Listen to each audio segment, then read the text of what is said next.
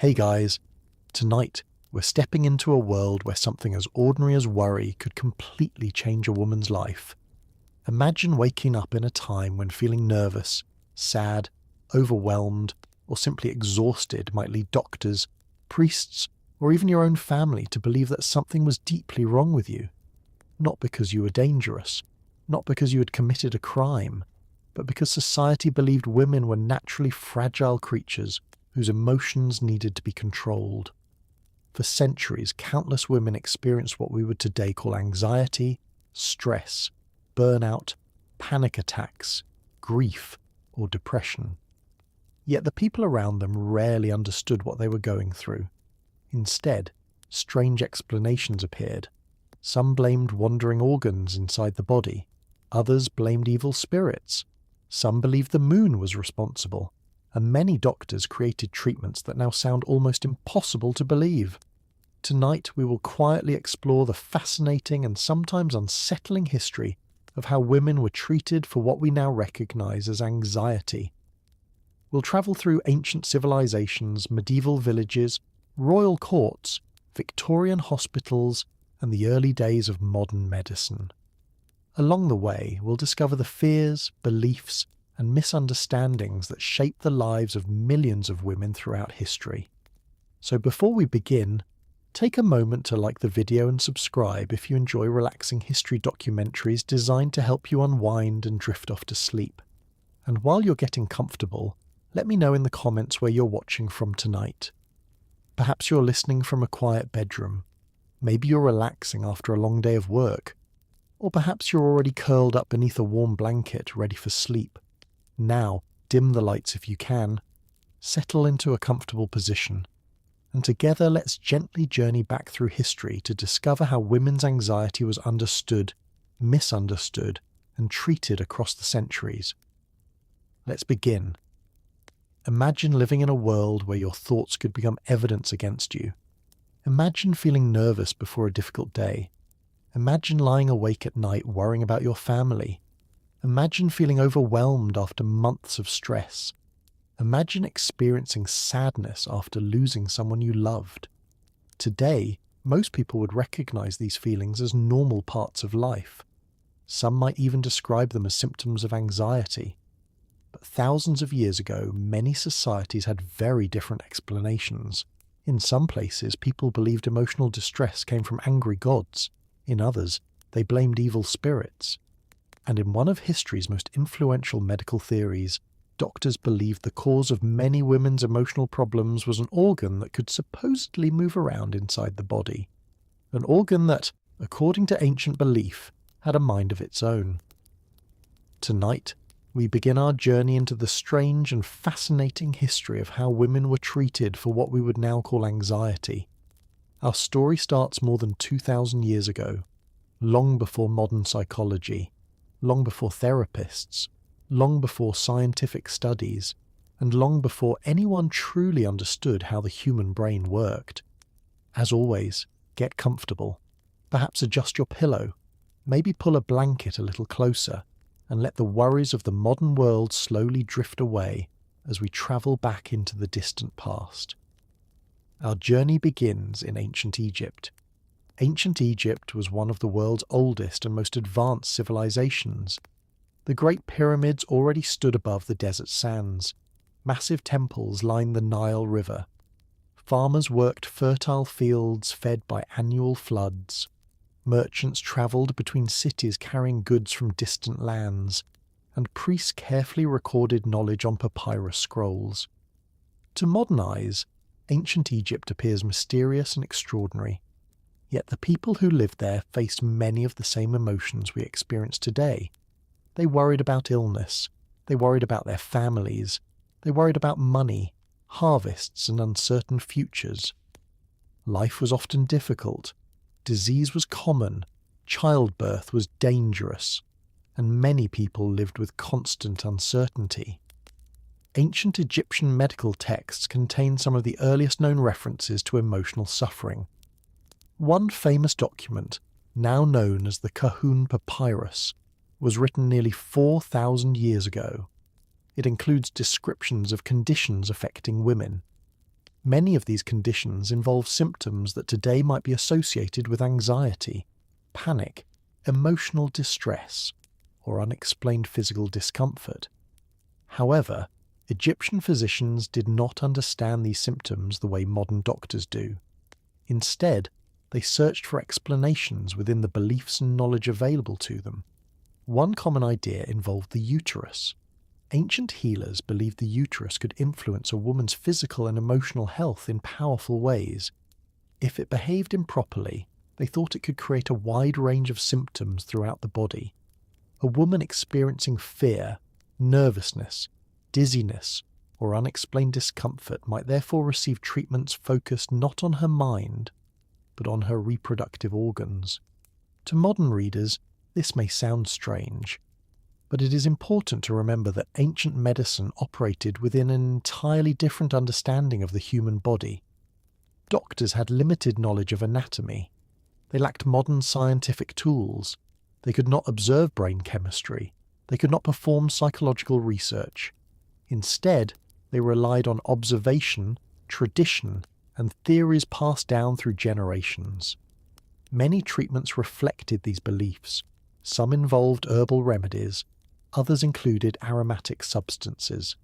Certain scents were believed capable of influencing the position and behaviour of internal organs. Sweet smells might be placed near one part of the body, unpleasant smells near another. The goal was sometimes to encourage organs to move where they supposedly belonged. Whether these treatments actually worked is another question entirely, yet they reveal something important.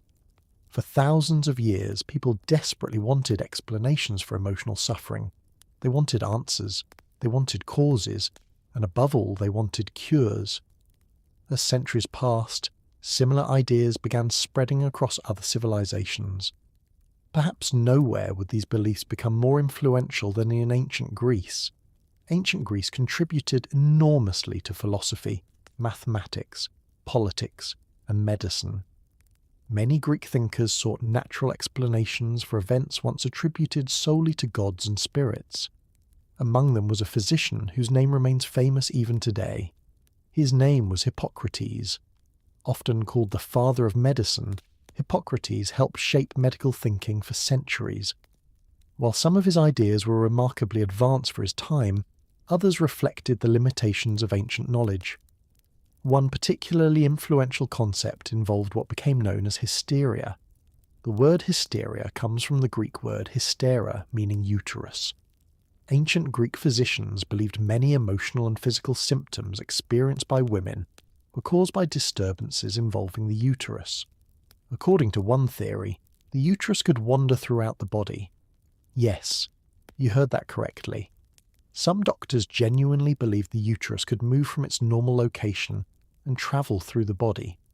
As it moved, it supposedly pressed against internal organs and created various symptoms: difficulty breathing, fear, nervousness, dizziness, restlessness, emotional instability. All could be blamed on the wandering uterus. Today, this theory sounds almost impossible to believe, yet it remained influential for centuries. Generation after generation accepted it as medical fact, and because it was considered fact, it shaped how countless women were treated.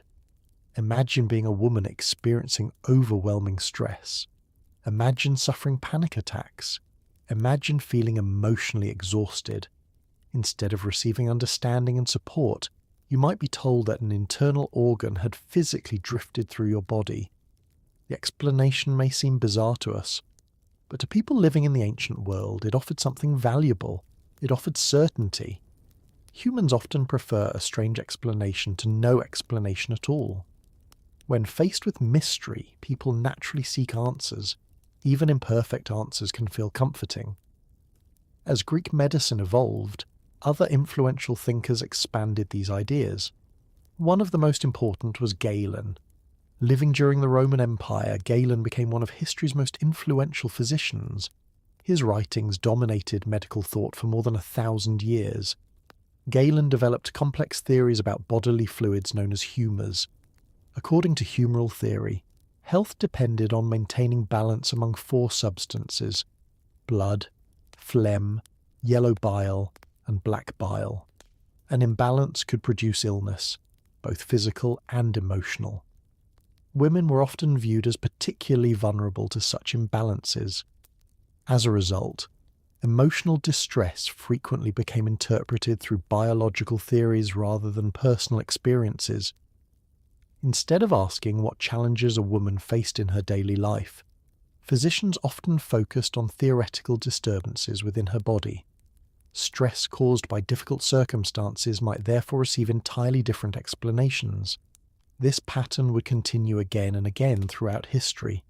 Women reported symptoms, society searched for causes, and those causes often reflected cultural assumptions more than scientific reality. Meanwhile, daily life remained challenging. Ancient women carried enormous responsibilities. Many worked long hours managing households. Some laboured in fields. Others helped operate family businesses.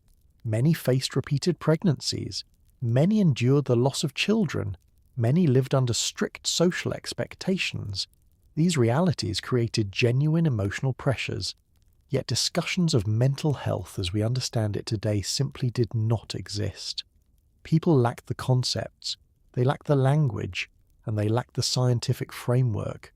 Instead, emotional suffering became woven into broader ideas about morality, spirituality, and biology. As centuries passed, the Roman Empire expanded across vast territories. Roman physicians inherited many Greek medical ideas. They copied them, taught them, and spread them throughout the empire. As a result, theories linking women's emotional health to reproductive organs became deeply embedded within medical tradition. Even after Rome eventually declined, these beliefs survived. Books preserved ancient teachings. Scholars copied manuscripts. Medical schools passed theories from teacher to student. Generation after generation learned ideas that originated centuries earlier. Some theories changed. Others remained surprisingly stable. Yet one theme persisted.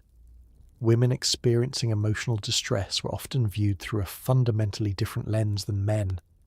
Their symptoms attracted unique explanations. Their behaviour attracted unique scrutiny. And their suffering frequently became associated with assumptions about femininity itself. As night settles over our historical landscape, imagine a physician sitting beside an oil lamp. Scrolls spread across a wooden table. Ink stains his fingers. Outside, distant sounds echo through narrow streets. A worried family arrives seeking help for a daughter experiencing unexplained fear and nervousness. The physician studies ancient texts. He searches familiar theories. He recommends treatments accepted by his era. He genuinely believes he is helping. Yet neither he nor the family understands what modern psychology might eventually reveal. They do not know about anxiety disorders. They do not know about trauma. They do not know about stress hormones. They do not know about cognitive patterns. Those discoveries remain far in the future. For now, they navigate uncertainty using the knowledge available to them, and that knowledge will shape the lives of countless women for centuries to come. The story of anxiety is therefore not only a story about medicine, it is also a story about how human beings search for meaning, how societies explain suffering, and how beliefs can influence treatment. As our journey through history continues, new religions will rise, empires will fall, kingdoms will emerge, and ideas about women's emotional health will evolve in surprising ways. Yet many ancient assumptions will prove remarkably difficult to leave behind. For now, though, the oil lamp burns quietly. The Nile flows steadily beneath the stars. And somewhere in the ancient world, countless women carry worries, fears, and burdens that feel just as real as our own. Their names have largely been forgotten. Their voices rarely appear in historical records. Yet their experiences helped shape one of the longest and most fascinating stories in medical history. A story that is only beginning. As we leave the banks of the Nile behind, our journey takes us north into the bustling streets of ancient Greece and the grand cities of the Roman Empire. Here, the whispers of physicians, scholars, and philosophers create a world in which women's emotions are scrutinized, analyzed, and often misunderstood. Imagine walking down a marble-paved street in Athens. The sun glints off columns of magnificent temples. Citizens chatter about politics, trade, and philosophy. But within homes, many women are quietly struggling. Their hearts race with worry. Their minds spin with fear. They feel restless, anxious, and exhausted. Yet the language to express these feelings does not exist. Instead, their experiences are interpreted through theories passed down from Hippocrates and Galen. The idea of the wandering uterus persists. The humours are balanced or imbalanced. Treatment often involves a mix of physical interventions, diet, and what today might seem like peculiar recommendations. Women might be advised to walk, exercise, or participate in physical activities to encourage balance. Some physicians prescribed herbs or baths to calm the body. Others recommended strict control over emotions, suggesting that a woman's distress was a moral failing rather than a natural response to life's challenges. Imagine a young woman named Callista. She is restless, unable to sleep at night. Her heart pounds without reason. Her family, concerned, brings her to a physician. He examines her according to the medical knowledge of the day. He feels her pulse. He observes her complexion. He asks about her menstrual cycle. Then, he prescribes a treatment meant to correct the supposed imbalance. Sometimes it works, though often more as a placebo than a cure. Other times it causes discomfort or pain. Yet, in their world, there is no concept of therapy, counselling, or psychiatric care. The mind and body are inseparable, but often misunderstood. As centuries pass, these beliefs become embedded into broader cultural practices. In medieval Europe, anxieties about women's behaviour intersect with religion, superstition, and social hierarchy. Imagine a small village in the 12th century. Cobblestone streets wind between thatched cottages. A woman named Isolde tends to her children. She feels anxious about the harvest, about her husband's safety, about the health of her baby. But when she speaks of her worries, neighbours whisper. Some claim she is hysterical. Others suggest she is influenced by malevolent spirits. Priests and healers offer remedies. Some involve prayer and fasting. Others include herbal concoctions, incantations, or physical treatments designed to rebalance the body. One common medieval treatment involves what was known as a uterine fumigation. Yes, a process in which fragrant smoke or herbal fumes is used to influence the womb, believed to correct disturbances causing emotional or physical symptoms. In other cases, women might be subjected to strict diets or advised to remain passive and avoid mental exertion. Every treatment reflects a worldview in which women's emotions are not fully their own. Instead, their minds are seen as extensions of their bodies, their spirits, and even the social order. Despite this, some women find ways to cope. They form friendships, share stories, and quietly support one another. Through these connections, they create spaces of understanding in a world that often fails to recognize their inner lives. By the Renaissance, new ideas begin to emerge. Medical texts are revisited. Ancient Greek and Roman knowledge is rediscovered and translated. Yet, even in an age of scientific curiosity, women's anxiety is still often misinterpreted. Physicians continue to use the language of humours and hysteria. Sometimes treatments are harsh. Bloodletting, purging, and other invasive procedures are common. Imagine a young woman in a Renaissance city, her family wealthy enough to consult a doctor. She complains of restlessness, insomnia, and fear. The doctor examines her, referencing texts hundreds of years old. He prescribes a regimen designed to correct the balance of her humours. Some instructions are practical, like walking or herbal baths. Others are extreme, like dietary restrictions or controlled bleeding. These interventions might soothe symptoms temporarily, or simply create new problems. Meanwhile, in literature and art, women's anxieties are sometimes celebrated, often dramatized. Poets describe women fainting at court, Artists depict women overcome with emotion, their gestures exaggerated, their faces pale with fear or sorrow. Society watches, judges, and interprets. For many women, life remains a delicate balance. They navigate societal expectations, religious obligations, and personal fears, all while receiving advice rooted in centuries-old theories. As we move into the 17th and 18th centuries, the medical establishment begins to shift. Physicians still rely on humours and inherited theories, but new observations begin to challenge old ideas. Some begin to suggest that women's nervousness is connected to environmental and emotional factors rather than wandering organs. Yet, progress is slow. Treatment often remains more about control than comfort. Women might be isolated, sent to spas, or prescribed strict routines. Imagine a well-to-do woman in the court of Louis XIV. She experiences anxiety at social gatherings. Her doctor recommends massages, warm baths, and long walks in gardens. He also advises her to suppress strong emotions, reminding her that composure is expected of her. These treatments combine practical relief with societal control. Meanwhile, for women without wealth, options are far more limited. They rely on local healers, family remedies, or church guidance. Some turn to herbs and teas. Others seek counsel from midwives or wise women in their communities. Stories survive of women who learn to manage their anxieties quietly, using meditation, prayer, or creative expression. These personal coping strategies highlight an essential truth. Even in a world full of misunderstanding, women find ways to endure, to adapt, and to survive. By the 19th century, the world of medicine begins to professionalize. Medical schools proliferate. Doctors write detailed case studies. New technologies emerge. Yet the diagnosis of hysteria continues to dominate. Women exhibiting anxiety, depression, or stress-related symptoms are often labelled as suffering from hysteria. Treatments now include what were considered scientific interventions.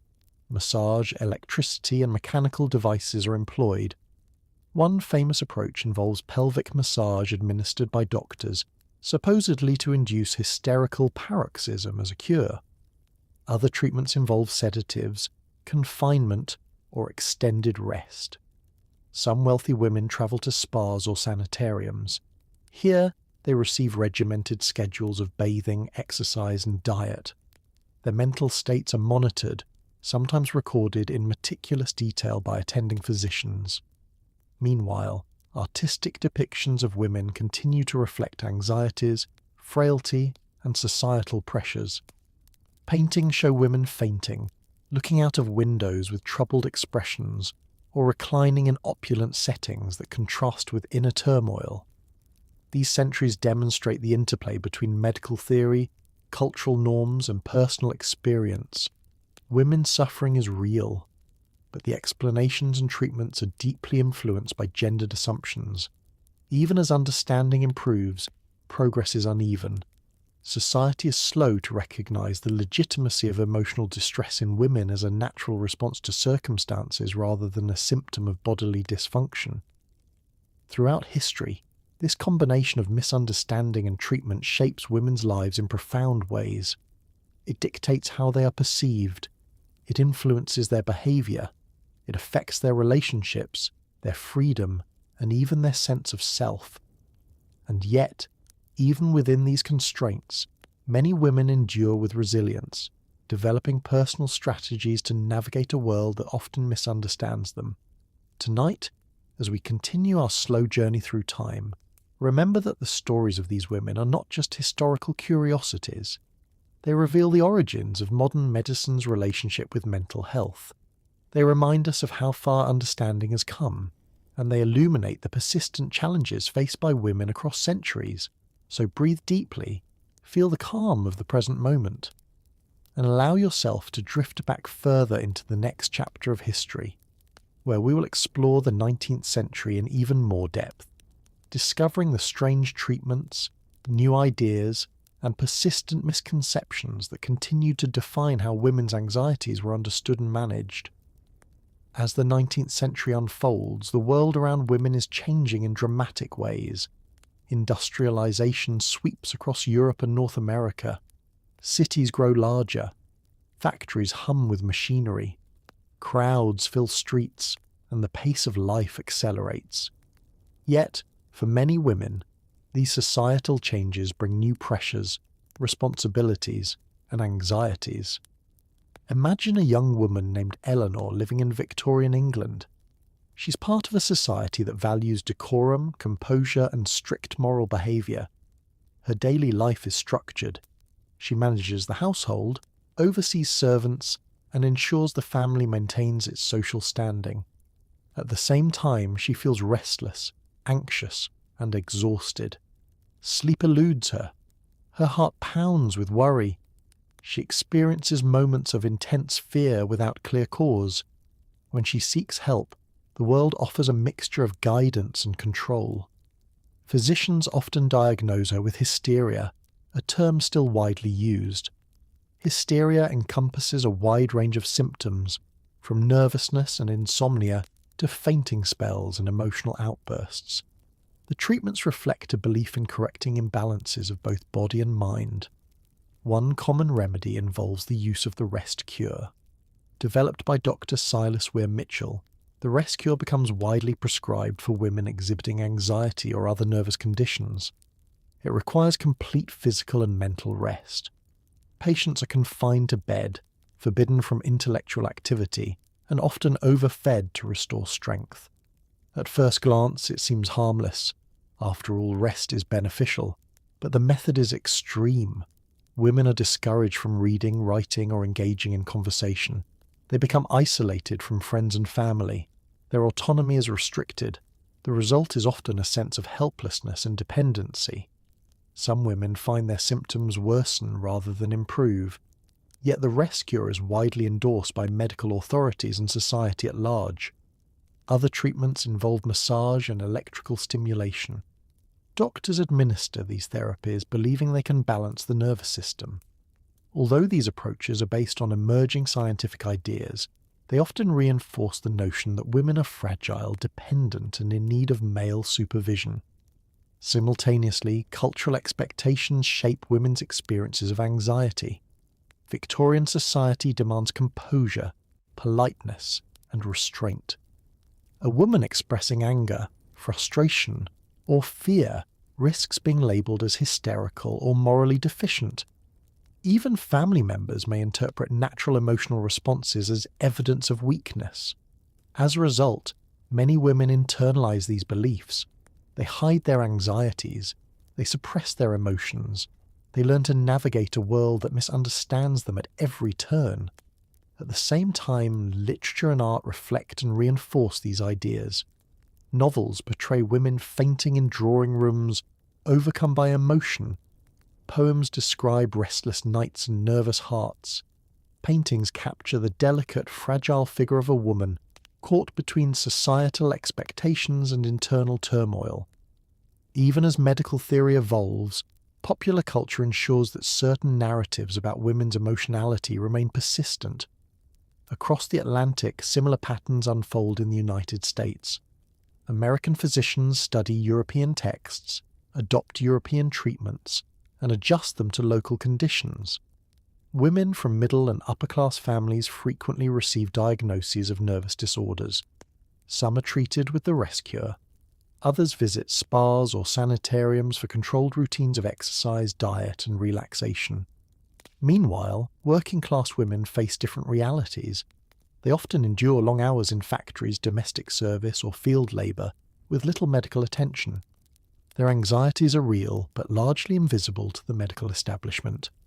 In private homes, families develop their own methods of managing women's distress. Herbal teas, calming baths, and gentle massages become common domestic remedies. Religious guidance and prayer offer comfort. Social networks of friends and relatives provide emotional support. Despite these efforts, misunderstanding persists. Doctors, guided by centuries of inherited theory, continue to frame women's anxiety as a bodily malfunction or moral weakness rather than a response to social pressures, life challenges, or genuine psychological distress. By the late 19th century, some physicians begin to question previous assumptions. A few advocate for more humane treatment and greater understanding of women's experiences. They observe that enforced rest, isolation, or invasive procedures sometimes worsen symptoms. They note that mental stimulation, social interaction, and purposeful activity can benefit anxious patients. These ideas slowly challenge traditional treatments, yet change is gradual. Generations of deeply ingrained medical beliefs and cultural norms cannot be overturned overnight. Meanwhile, women themselves continue to innovate coping strategies. Journaling becomes a popular method for processing thoughts. Art and music offer outlets for emotion. Women gather in literary circles and social clubs, creating spaces to share experiences and alleviate isolation. Even in societies where their voices are constrained, they find ways to assert agency over their emotional lives. One fascinating aspect of this period is the emergence of the first psychological case studies focusing on women. Doctors and researchers document patterns, symptoms, and responses to treatment. These writings lay the groundwork for the eventual development of modern psychology and psychiatry. Still, terminology like hysteria dominates discourse, linking anxiety and other emotional experiences exclusively to female physiology. Male patients with comparable symptoms are rarely given the same labels. This gendered bias reflects broader societal assumptions about women's emotional and intellectual capacities. By observing these patterns, we gain insight into how history shaped modern perceptions of anxiety. We begin to understand that much of what was considered pathology was deeply intertwined with social expectations and cultural norms. As night falls over Victorian cities, imagine the scene. Street lamps glow softly in foggy lanes. Women retire to bed, carrying private burdens no one else fully understands. Doctors make their rounds, writing notes in journals. Families whisper about the nervous lady down the hall. And across drawing rooms and working-class apartments alike, women quietly navigate a complex web of social, medical, and emotional pressures. The story of anxiety is not just about symptoms or treatments. It is about perception, belief, and power. It is about who gets to define what is normal and what is pathological. And it is about the courage and resilience of women who lived under these conditions, finding ways to endure, express, and cope despite misunderstanding and societal constraint. As we prepare to move further into the 20th century, let yourself feel the weight of these centuries of misinterpretation. Feel the persistence of these patterns. As the 20th century dawns, the world is shifting rapidly. Cities are growing, technology is advancing, communication is accelerating. Yet for women struggling with anxiety, old ideas continue to linger. Even as modern medicine begins to emerge, the shadow of centuries of misunderstanding persists. In the early 1900s, hysteria is still a common diagnosis. Doctors, relying on long-standing traditions, often approach treatment with a mixture of sympathy and control. Imagine a woman named Margaret living in an Edwardian city. She experiences sleepless nights, racing thoughts, and a persistent sense of dread. Her family notices her agitation and takes her to a physician. He examines her carefully, recording her symptoms in a thick leather-bound journal.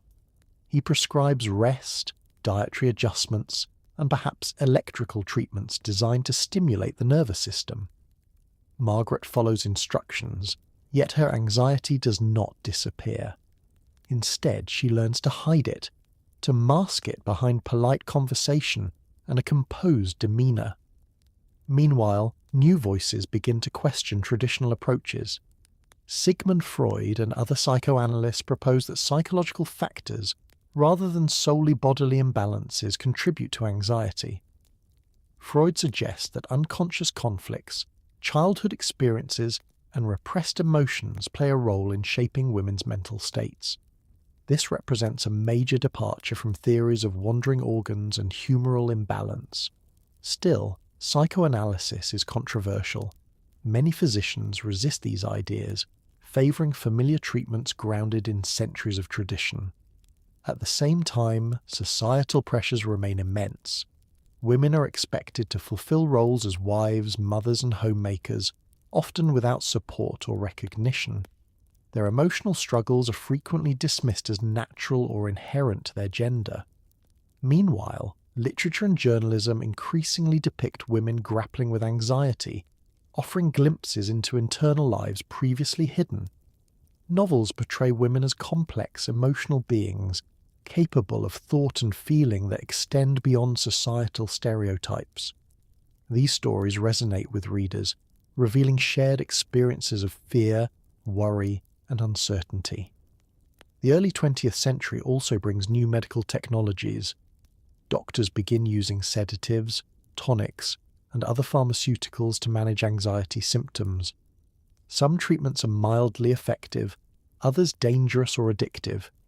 Women often have little choice in whether to accept these interventions. In hospitals, specialized wards for nervous disorders emerge. Women are monitored closely, their behavior recorded meticulously. Yet these environments often reinforce the idea that women are fragile, vulnerable, and in need of constant supervision. Across the globe, patterns repeat. In Europe, North America, and beyond, women's anxiety is interpreted through a lens that blends medical theory, cultural expectation, and social control.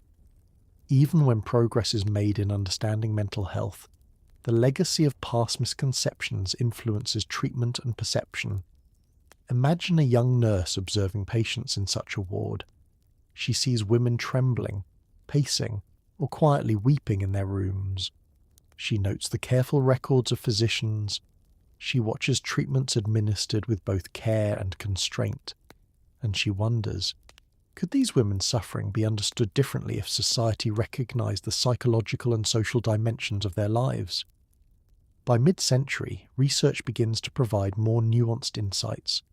Psychologists and psychiatrists conduct studies on stress, trauma, and emotional disorders. They begin to develop theories of anxiety that do not rely solely on gendered assumptions or outdated physiology. Yet cultural expectations continue to shape women's experiences. Marriage, motherhood, and social reputation influence how anxiety is expressed, reported, and treated.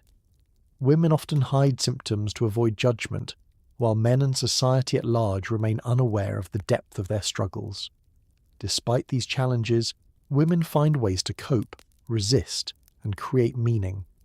Some engage in creative pursuits such as writing, painting, and music. Others participate in social movements, advocating for education, professional opportunities, and broader recognition of women's rights. Through these acts, women assert agency over their lives, challenging the limitations imposed by both medical authority and societal norms. Simultaneously, feminist thinkers begin to critique the medicalization of women's emotions. They argue that anxiety is often a response to social constraints, inequality, and lack of autonomy. Their critiques highlight the intersection of gender, power, and medicine, laying the foundation for modern perspectives on mental health.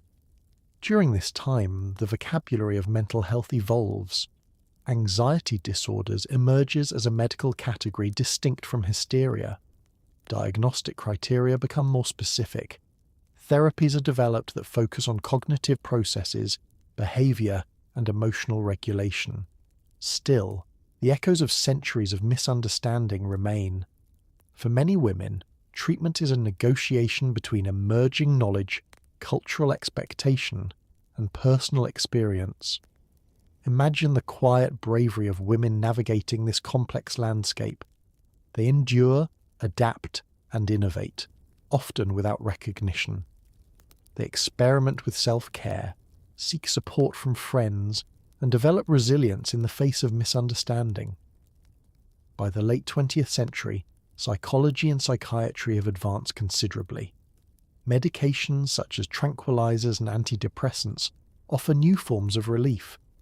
Therapeutic approaches, including cognitive behavioral therapy, provide structured strategies for managing anxiety. Women gain greater autonomy in seeking help. Yet disparities persist. Social pressures, stigma, and gendered assumptions continue to influence perception and treatment.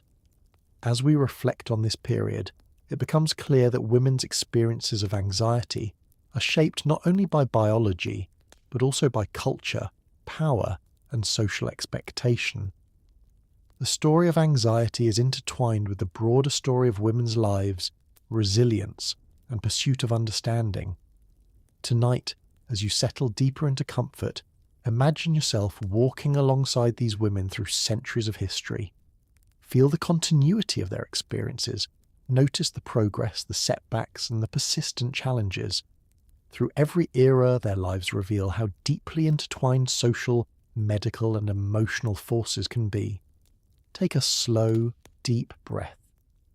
Let the rhythm of history guide you gently toward the next chapter, where the late 20th and early 21st centuries bring new discoveries, treatments, and understandings of anxiety in women's lives, changing the landscape forever.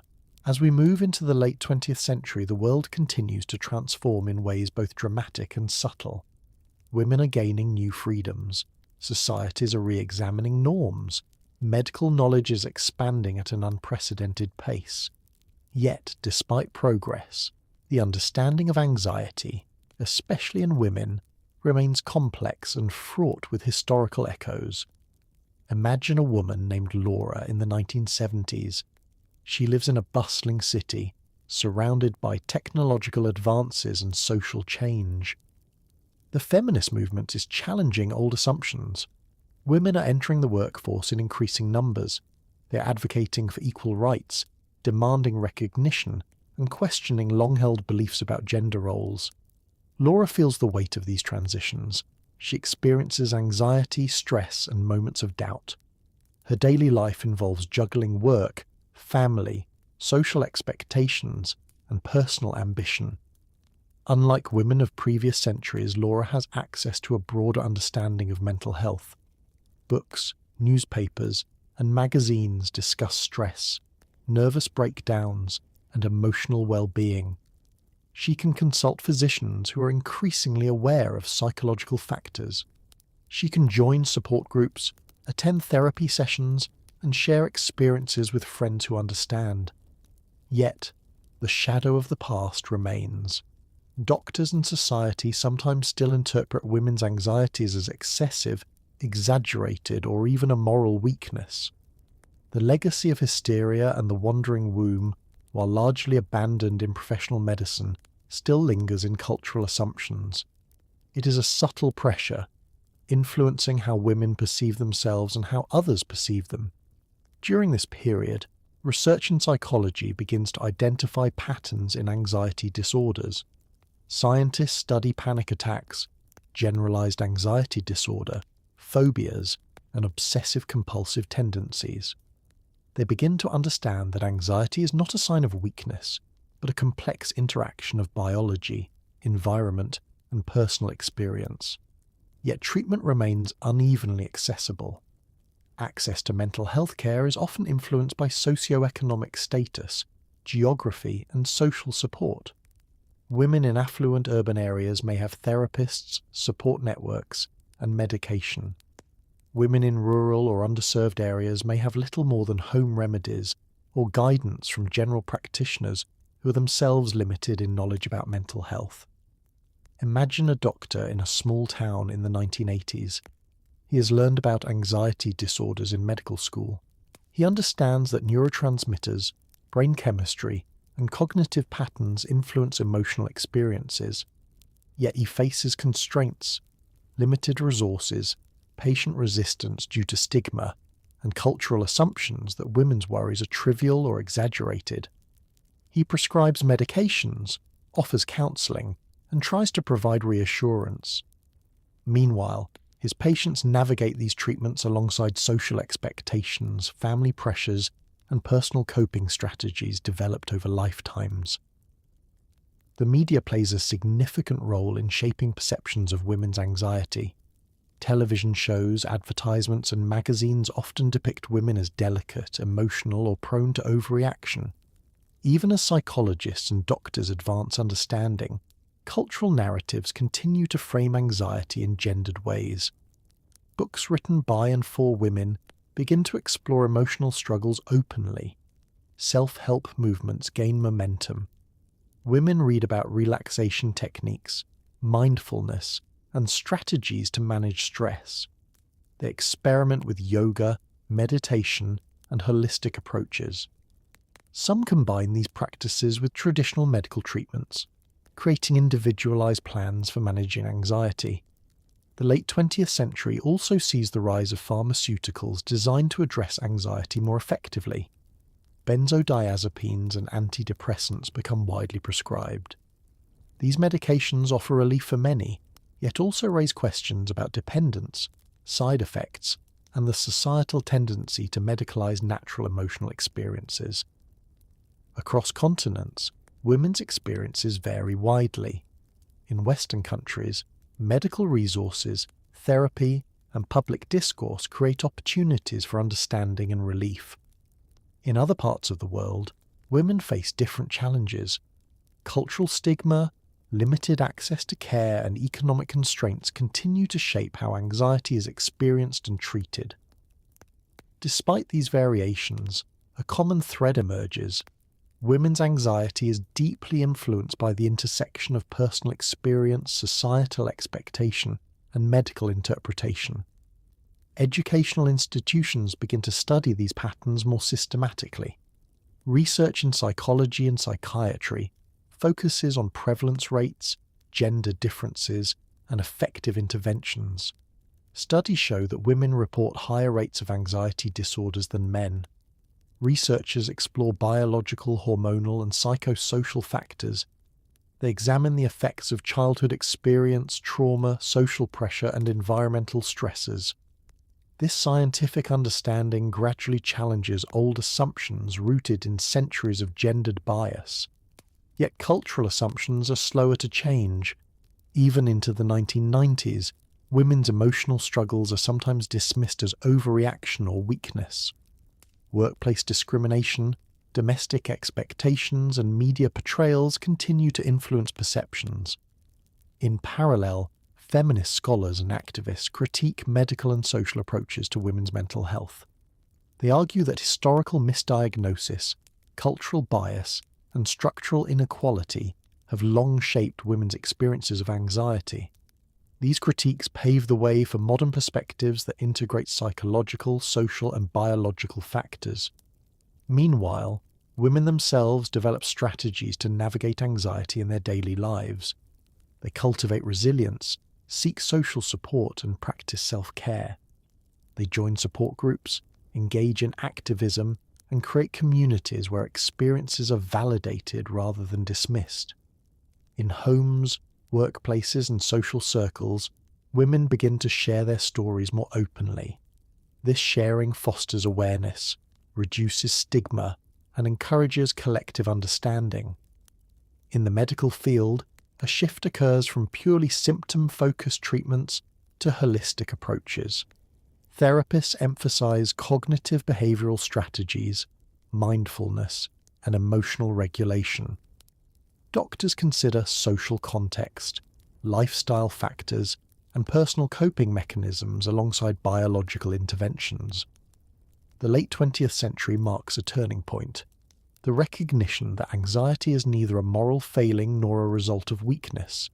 Instead, it is a complex human experience that deserves understanding, support, and effective treatment. Public awareness campaigns, literature, and advocacy further highlight the legitimacy of women's mental health struggles. Society begins to acknowledge that anxiety is not merely an individual problem, but also a social and structural issue. At the same time, challenges remain. Access to care is uneven, stigma persists, and cultural narratives about femininity, emotionality, and vulnerability continue to shape perceptions. Despite these obstacles, women's voices grow stronger. They assert agency, demand recognition, and advocate for change. They highlight the importance of understanding anxiety in its full context: biological, psychological, and social. By reflecting on these decades, we can see the remarkable progress made in both understanding and treating anxiety. Yet we're also reminded of the lingering influence of historical misconceptions. The stories of past centuries, the wandering womb, hysteria, rest cures, and societal judgment, echo subtly in modern attitudes and practices. Understanding this history is essential. It allows us to recognize patterns, appreciate progress, and continue moving toward a more equitable understanding of women's mental health. Tonight, as you relax and settle deeper into comfort, imagine tracing the lives of countless women who navigated centuries of misunderstanding. Feel the weight of history, the persistence of resilience, and the slow but steady evolution of knowledge. Take a deep, slow breath. Allow the rhythm of this story to guide you gently forward, preparing for the next chapter in which modern medicine, psychology, and social awareness further transform the landscape of women's anxiety, bringing both new challenges and unprecedented understanding. As we enter the 21st century, the landscape of women's mental health has transformed dramatically. Advances in neuroscience, psychology, and medicine provide unprecedented insights into anxiety. At the same time, social and cultural shifts offer greater awareness, dialogue, and support. Yet the echoes of history, the misdiagnoses, gendered assumptions, and societal pressures still linger, subtly shaping experiences and expectations. Imagine a woman named Sophia living in a modern city. She works, socializes, and engages with the digital world. Yet despite opportunities and knowledge, anxiety still finds her. She experiences racing thoughts, sleepless nights, tension in her body, and persistent worry about her life, relationships, and future. Sophia is fortunate to have access to resources unimaginable to her predecessors: licensed therapists, mental health apps, online communities, and medical specialists who understand the science behind anxiety. Yet she also faces new challenges: the pressures of constant connectivity, social comparison amplified by social media, and the lingering expectation that she should always manage her emotions perfectly. In this context, treatment for anxiety has become multifaceted. Cognitive behavioral therapy, mindfulness practices, and psychotherapy help women understand patterns of thought, emotional triggers, and coping strategies. Medication offers relief for chemical imbalances in the brain. Support networks, online communities, and advocacy groups provide validation and encouragement. Still, understanding anxiety in women requires more than individual solutions. Social structures, workplace demands, and cultural expectations play a significant role. Even today, women are more likely to experience anxiety disorders than men. They often balance multiple roles, professional, personal, familial, while managing societal judgment and expectations. Modern research has uncovered the physiological underpinnings of anxiety.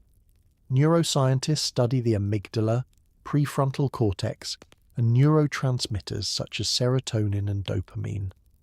Hormonal fluctuations, genetics, and life experiences all contribute to how anxiety manifests.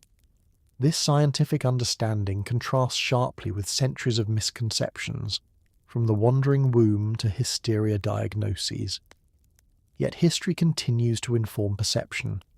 Cultural narratives about women's emotionality, fragility, or susceptibility to stress sometimes persist, even unconsciously. Awareness campaigns, education, and media representation play a crucial role in combating these outdated ideas. In contemporary society, women increasingly speak openly about anxiety. Celebrities, influencers, and everyday individuals share personal experiences helping to normalize emotional struggles. This visibility encourages others to seek help without shame or stigma. Imagine a workplace where mental health is discussed openly. A woman experiencing anxiety can request accommodations, seek therapy, or take a mental health day without fear of judgment. Compare this to centuries past, when such experiences might be dismissed, feared, or treated with harmful remedies. The contrast is striking and profound, yet challenges remain. Access to care is uneven globally. stigma persists in some cultures, communities, and even families. Women in marginalised communities often face barriers that compound anxiety, including economic hardship, discrimination, and limited healthcare resources. Addressing these disparities is an essential part of the ongoing evolution of mental health care. In addition, modern women face unique societal pressures that their predecessors could not have imagined. The constant comparison enabled by social media, expectations of productivity, and a culture that celebrates perfection all contribute to heightened anxiety. Yet with knowledge, awareness, and support, these challenges are navigable. Therapists, medical professionals, and community networks now advocate for holistic approaches, recognizing biological, psychological, and social factors in women's anxiety. Mindfulness, cognitive behavioral techniques, exercise, nutrition, and social support work together to create balance. Education campaigns challenge outdated assumptions, debunk myths, and promote emotional literacy from an early age. The historical lens provides context. By tracing the centuries, from the wandering womb of ancient civilizations to the rescuers of the Victorian era to modern psychotherapy, we can see patterns of misunderstanding, resilience, and adaptation. We observe the progress made and recognize the work still required. Stories of women throughout history reveal not just struggles, but incredible resilience. They innovated, adapted, and found ways to endure. They created communities, developed coping strategies, and challenged societal norms, often quietly and without recognition. Modern women inherit this legacy of resilience. They navigate complex emotional landscapes with knowledge, resources, and agency that previous generations could scarcely imagine. Yet the shadow of history reminds us to remain vigilant. Misunderstanding, stigma, and societal pressure can still influence perception, treatment, and experience. By acknowledging the past, we gain perspective on the present. We can appreciate how far understanding has come, while remaining mindful of the challenges that persist. Tonight, as you relax further and feel the calm of your surroundings, reflect on this journey through time. From ancient Egypt to the 21st century, the story of women's anxiety is a story of struggle, resilience, discovery, and transformation. Feel the continuity of these experiences. Sense the courage of countless women who endured misunderstanding, isolation, and misdiagnosis. At the same time, notice the hope, progress, and growing understanding that define the modern era. Take a slow, deep breath. Allow the rhythm of history to soothe you, and prepare to drift into the next and final chapter, where we will explore the current state of women's mental health, the ongoing challenges, and the remarkable progress that continues to shape understanding, treatment, and resilience worldwide. As we arrive in the present day, the landscape of women's mental health is more complex, nuanced, and informed than ever before. Medical science, psychology, social awareness, and global communication converge to provide a comprehensive understanding of anxiety in women. Yet history's long shadow, the wandering womb, hysteria, rest cures, and centuries of misunderstanding, still whispers faintly, reminding us of how far we have come and how careful we must remain. Imagine a modern woman named Aisha. She lives in a bustling city filled with opportunities, technologies, and connections that were unimaginable even a few decades ago. Yet she experiences the same feelings that women have faced for millennia: racing thoughts, tension, restlessness, insomnia, and a persistent sense of worry.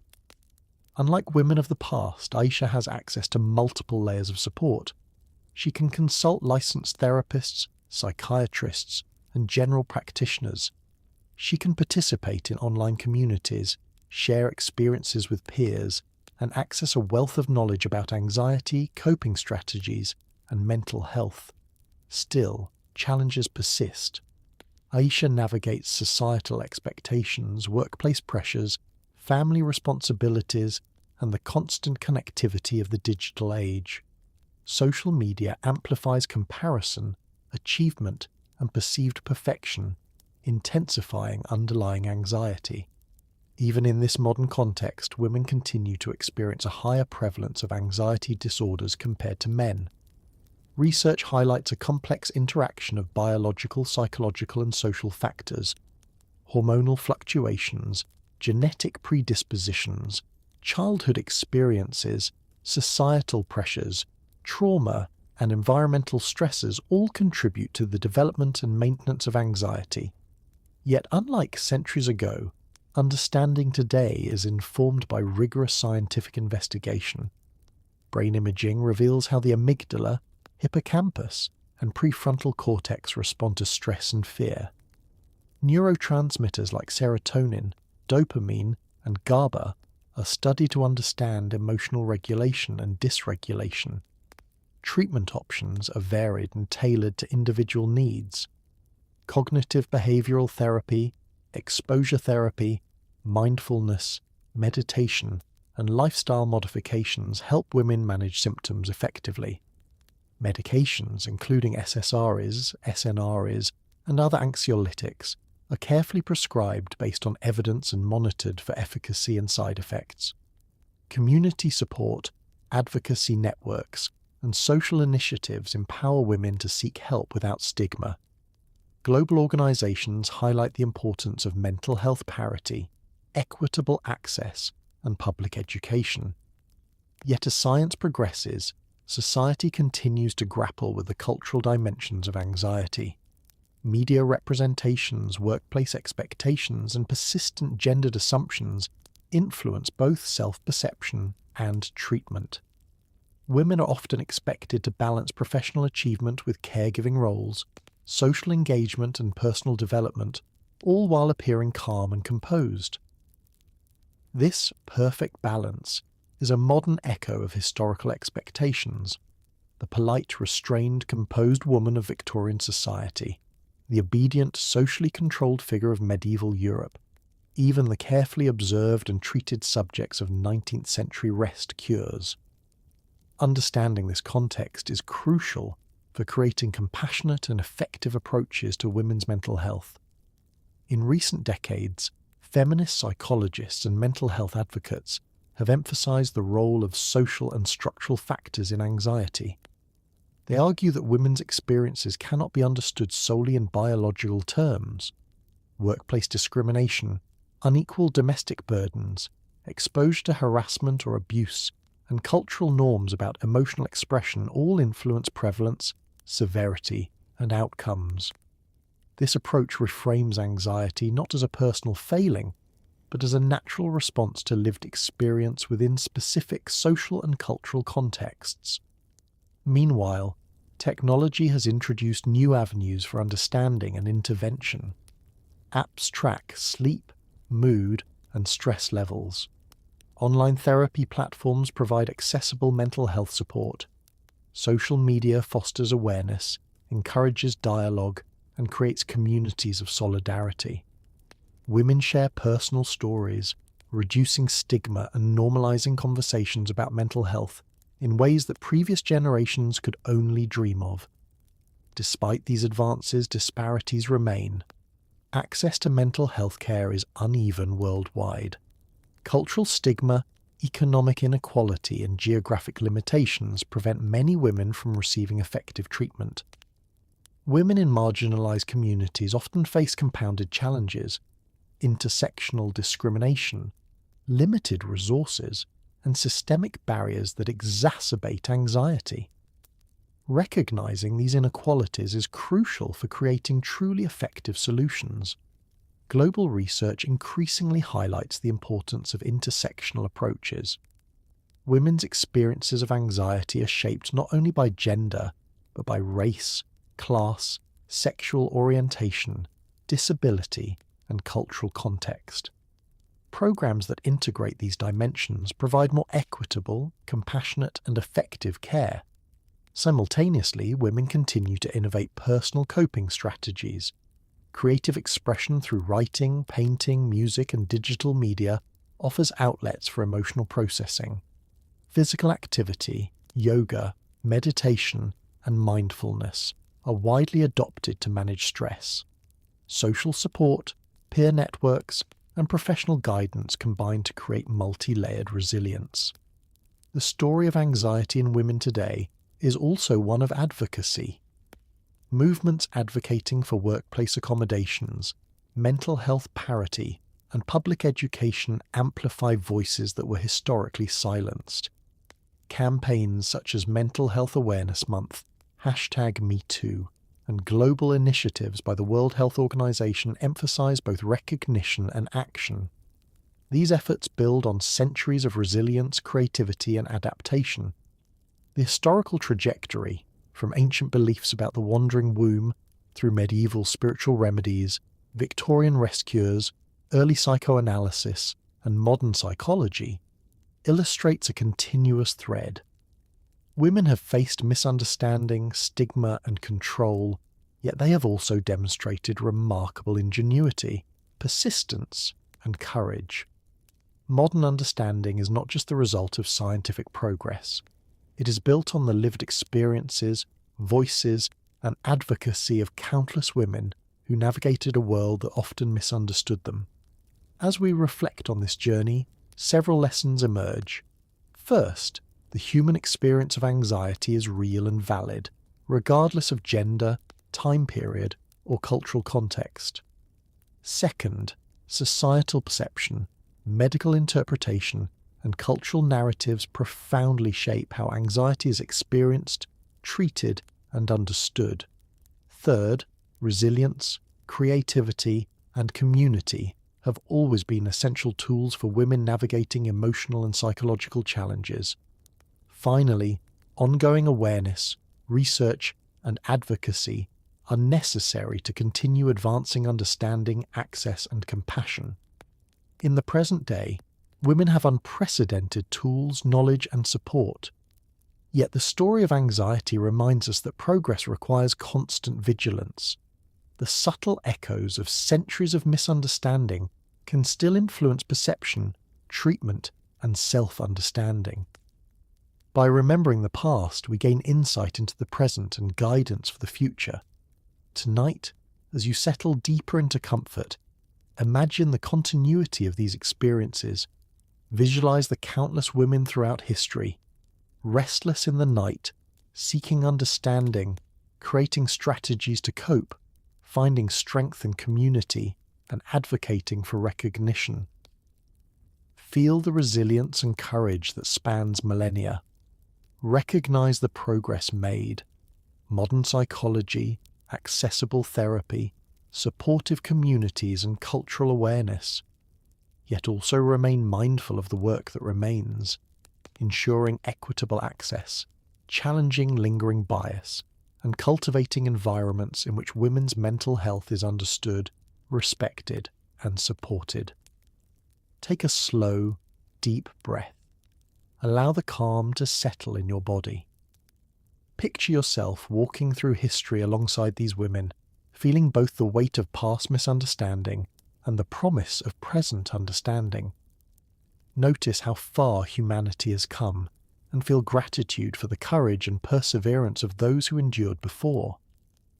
As your body relaxes, your mind can drift peacefully, knowing that the story of women's anxiety is not just a tale of struggle, but also a testament to resilience, adaptation, and the relentless pursuit of understanding. Let these reflections guide you into rest, carrying the lessons of history, the advances of modern science, and the enduring strength of women into your dreams. Sleep deeply, calmly, and with the comfort that comes from knowing you are connected to a long line of women who navigated challenges, persevered, and forged paths toward understanding, compassion, and resilience that continue to shape the world today.